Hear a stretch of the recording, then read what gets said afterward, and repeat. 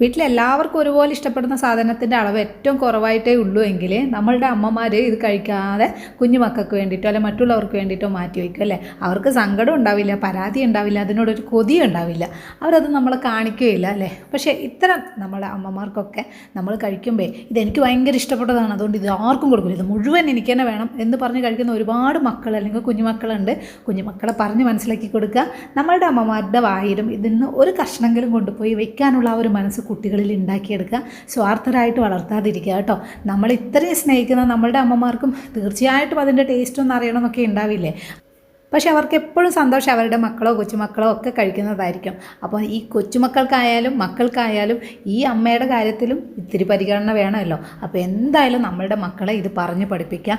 എന്ത് സാധനം അത് വീട്ടിൽ എത്ര കുറവാണെങ്കിലും വീട്ടിലുള്ള എല്ലാവർക്കും ഇത്തിരിയെങ്കിലും കൊടുക്കാനുള്ള ആ ഒരു മനസ്സ് നമ്മുടെ മക്കളിൽ ഉണ്ടാക്കിയെടുക്കുക കേട്ടോ.